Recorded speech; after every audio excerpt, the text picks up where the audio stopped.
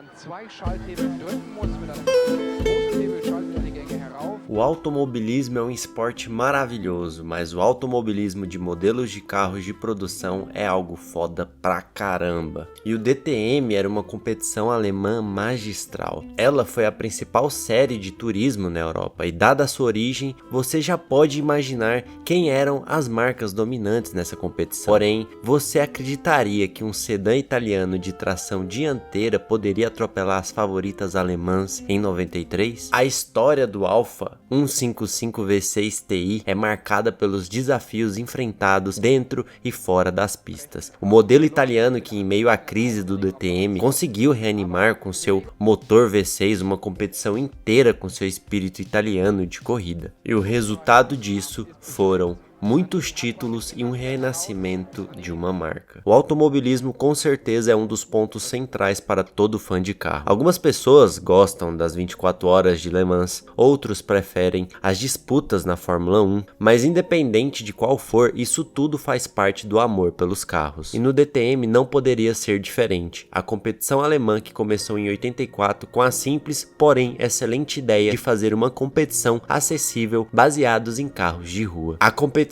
sempre buscou manter uma conexão direta com os fãs, trazendo para as pistas os mesmos carros que as pessoas viam nas concessionárias. E foi essa proximidade o fator de sucesso do campeonato. Em 84, ano que foi fundado o campeonato, tivemos a presença de marcas como a BMW, Mercedes, Audi, Ford e até a Land Rover. E o primeiro campeão foi o Volker Streisand em sua BMW 635 CSI, elevando o nome da marca como protagonista inicial do DTM. E nos anos seguintes, o campeonato começou a ganhar uma certa notoriedade, com as marcas colocando carros que se tornaram icônicos ao longo do tempo.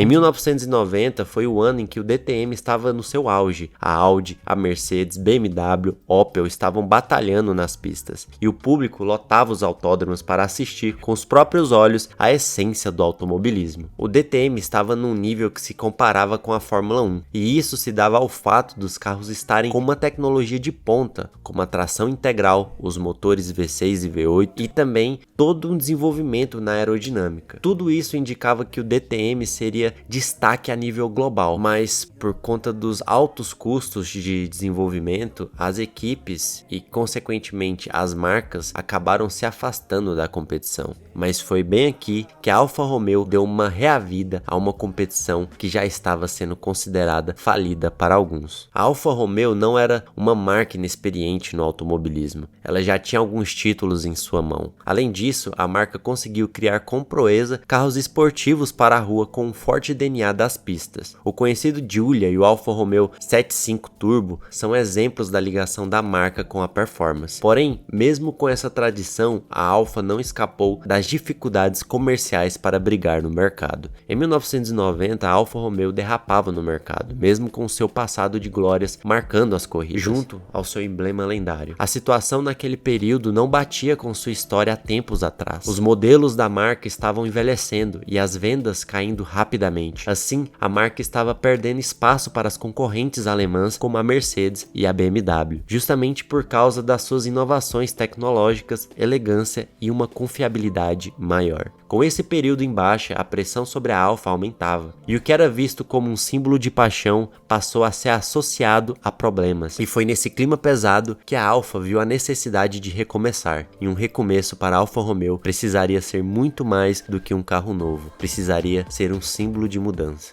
E quando falamos de domínio e marcas históricas dentro do automobilismo, a Lancia foi perita nisso, entre 1980 e o início dos anos 90, tendo prestígio máximo no WRC. Precisamente em 87 e 92, a montadora conquistou 6 títulos seguidos na competição dos construtores. O ícone, o Delta Integrale, marcava com sua presença onde passava, seja na terra, cascalho ou na neve. Porém, mesmo com seu símbolo, havia um problema. O modelo já não conseguia acompanhar o prestígio que tinha. A plataforma do Integrale começava a mostrar sinais de envelhecimento e a Fiat, que era controladora da Lancia, percebeu que poderia ser muito arriscado investir em um modelo novo para o Rally. E isso fez a empresa olhar para o cenário com um olhar mais clínico. Naquela época, a Fiat tinha a Lancia brilhando no Rally, mas perdendo espaço no mercado por conta da plataforma que já era ultrapassada. E a Alfa Romeo, com seu passado de glórias, porém com um presente em queda naquela época, estavam com suas vendas em baixa.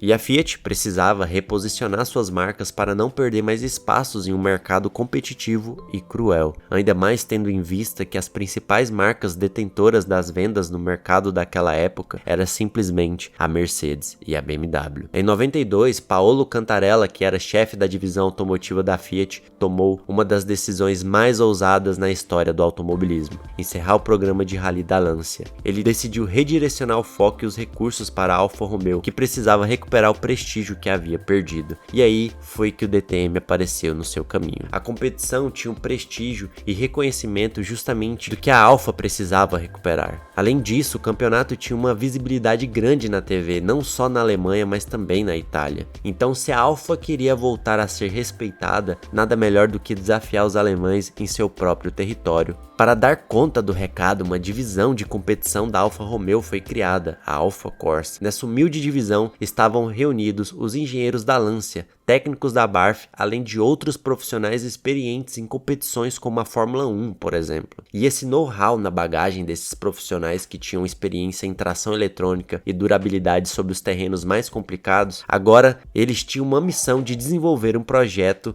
para o asfalto das pistas de corrida. E um dos profissionais que devemos destacar aqui foi o Giorgio Pianta. Ele foi o chefe técnico nomeado pelo próprio Cantarella. Em seu portfólio estava o desenvolvimento do campeão do WRC de 1980, o Fiat 131 Abarth. Além de ter liderado o projeto Lancia no Rally com muitas vitórias, ele também tinha passado pela Fórmula 1, o que dava a visão perfeita para o projeto ousado da Alfa Romeo. Pianta tinha a combinação perfeita de experiência, ousadia e liderança necessária para transformar a Alfa em protagonista. Em 1990, a Alfa passava por uma fase muito complicada com seus modelos já passando pelo problema da idade avançada, como foi o caso do Alfa 75, enquanto a Mercedes e a BMW dominavam o mercado com seus carros modernos e confiáveis. A Alfa Romeo, que era tida como uma marca apaixonada pela performance, começou a ser associada a problemas mecânicos e uma marca atrasada. E isso deixava bastante evidente que a marca precisava mais do que um simples carro, ela precisava de um símbolo de mudança. E antes do lendário raio vermelho, a Alfa já estava ali, plantando sua volta à cena do automobilismo com o 75 Turbo. O carro com motor turboalimentado de 4 cilindros foi testado em etapas nacionais de turismo na Itália e já serviu como uma plataforma experimental para o projeto que viria a ser conhecido depois no DTM. Quantas vezes na vida passamos por fases que parecem insignificantes ou até frustrantes, onde mal sabemos que estes períodos nos preparam para algo maior. Apesar do 75 Turbo não ter tido a fama do 155, ele se tornou um símbolo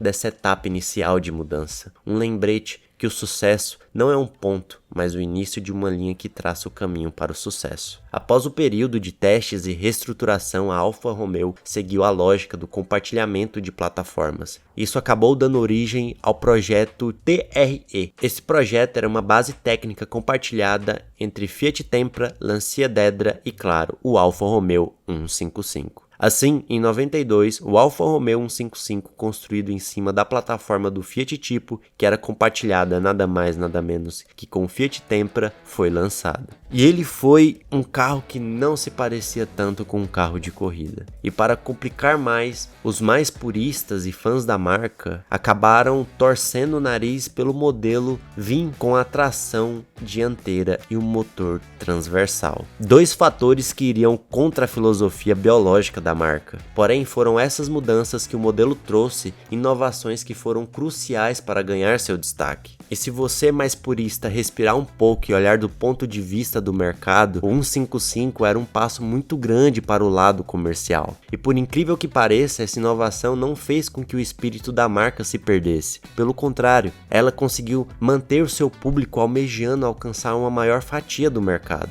Antes de chegar ao DTM, a Alfa Corse trabalhou no projeto de alta performance para o Super Turismo italiano, para ter uma base sólida de experiência. E isso resultou no Alfa Romeo 155 Gran Turismo, ou GTA. Após desenvolver muitos conceitos, o 155 GTA foi colocado para competir no campeonato de Super Turismo italiano em 92. Nesse caso, a versão GTA possuía a tração integral e um motor de 4 cilindros turbo que chegava aos seus humildes 400 cavalos. E o fato da Alfa Romeo correr no campeonato nacional permitiu que eles tivessem seu desenvolvimento ao lado da Lancia, que estava finalizando sua era no rally. Essa colaboração foi extremamente importante para a adaptação do motor de rally para o uso em circuito. E rapidamente o 155 já mostrava algumas modificações evidentes, como por exemplo a sua asa traseira. E naquele mesmo ano, com direito a 9 vitórias de Nicola Larini e também com direito ao título do Turismo Nacional. A Alfa Romeo se provou capaz de desenvolver um carro muito competitivo dentro dos regulamentos. Ficou claro que o 155 não era apenas um carro para corrida de turismo, ele se tornou um marco histórico no automobilismo. Mas todo esse sucesso poderia ter se encerrado por aí, depois da pesada notícia de uma marca relacionada ao DTM. O DTM poderia ter acabado ali mesmo em 92, onde tudo começou pela saída abrupta da Audi do campeonato. O motivo? A Audi teve seu virabrequim plano, algo recém-criado, banido. Isso acabou causando um mal-estar e intensos debates dentro do comitê técnico. A Audi acabou se recusando a fazer concessões e saiu do DTM. E o mais dramático era que o campeonato estava no meio da temporada. E para piorar, a BMW foi pelo mesmo caminho e saiu da competição. E o culpado foi o mesmo motivo: o descontentamento com a mudança rápida nos regulamentos e o rumo tecnológico que a categoria estava indo. O que antes era um formato acessível e justo do Grupo A acabou virando um playground para projetos caros. Na visão da BMW, eles não achavam mais sentido em continuar, justamente pelo fato da corrida turismo ter perdido a sua essência. E com a perda dessas duas gigantes, o DTM passou a enfrentar um possível fim da sua série de corridas. Mas os organizadores da série, que era um grupo conhecido como ITR, decidiram fazer a sua jogada. Eles criaram um novo regulamento, e assim então foi criado o Classe 1. Um regulamento que visava sair daquela visão mais caseira para algo mais avançado de uma vez. Os pontos mais importantes dessa mudança era a liberação da tração integral, construção de uma eletrônica mais avançada, fibra de carbono, motores aspirados de alta rotação e câmbios sequenciais. Assim, o DTM deixava de ser carros de rua preparados para protótipos de alta performance com a skin de carros de rua. Essa liberdade acabou atraindo marcas, e foi nessa liberdade que a Alfa viu uma abertura para entrar no DTM. Tanto a Alfa Romeo quanto a Opel entraram para a competição prontos para perturbar a Mercedes, que era o último representante alemão. Uma cidade icônica foi escolhida para desenvolver o projeto Alfa Romeo para o Classe 1, a mesma cidade que ficou a divisão de corridas da Alfa Romeo, a Alto Delta. A cidade era Settimo Milanese, e foi lá que o motor V6 foi desenvolvido e os carros foram montados. A segunda base-chave do projeto foi o icônico Centro de Engenharia BARF, em Chivasso, nos arredores de Turim, que foi usado para desenvolver a transmissão, a suspensão e a aerodinâmica. E foi nesse salão das artes automobilísticas que começou a história da nova máquina de corrida da Alfa Romeo, o 155 V6 TI Turismo Internazionale. No coração dessa máquina havia um motor V6 totalmente aspirado e novo. E com o fato do motor não precisar ter nenhuma relação mecanicamente falando com o motor do modelo de rua, a Alfa ficou livre para desenvolver o motor perfeito para a competição. E assim foi criado o V6 2.5 de 24 válvulas. E graças a um curso curto do pistão,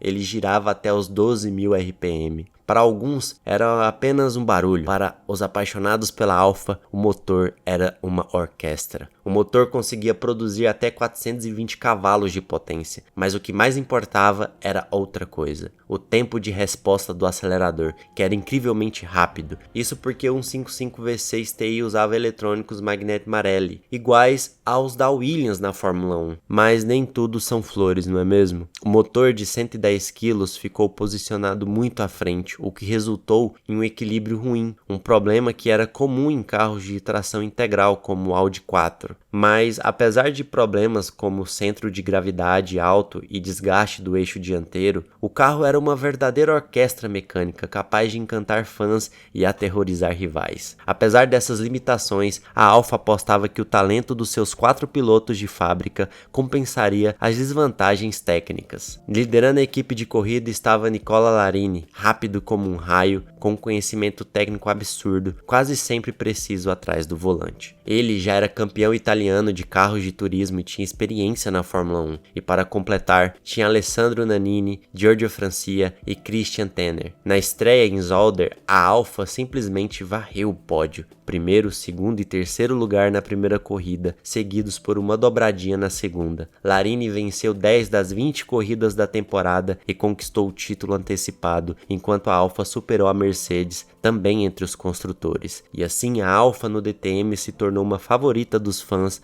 de automobilismo e um pesadelo para os rivais. O que a Alfa Romeo fez em 93 não foi só vencer corridas, foi um gesto de ousadia, poesia para alguns e guerra para outros. Uma marca italiana que era chamada de enferrujada, retorna e desafia gigantes na casa deles e vence. Isso foi muito além da velocidade, foi sobre orgulho e identidade para lembrar ao mundo que com paixão e coragem você pode chegar ao pódio. O 155 V6 Ti se tornou um ícone instantâneo, tanto pelo ronco estridente que beirava os 12.000 RPM, quanto pelo impacto visual das carrocerias vermelhas, com patrocinadores marcantes como o Martini e a Jagdmaster. No entanto, o sucesso meteórico trouxe também consequências inesperadas. O DTM, que havia sido salvo pela entrada da Alfa, começou a se tornar uma categoria de engenharia cada vez mais extrema, exigindo investimentos monstruosos. Justamente por conta da vitória da Alfa em 93, isso acabou forçando a Mercedes e a Opel a elevarem os seus programas a níveis quase de Fórmula 1, transformando o campeonato em uma corrida armamentista. Entre 94 e 96, a Alfa estava sendo competitiva e brigava pelo seu espaço, porém, o desgaste para manter o ritmo acabou sendo prejudicial. Ainda mais que em 94, a Mercedes respondeu com o Classe C DTM, que era um projeto totalmente planejado para o Classe 1. E em 95, com a ampliação da competição que fez nascer o International Touring Car Championship, os gastos para a Alfa começaram a aumentar. Com a popularidade da competição agora a nível internacional, junto a um regulamento mais flexível para as marcas. A competição, que nasceu com o intuito de ser popular, acabou se transformando em um laboratório de projetos de alto preço.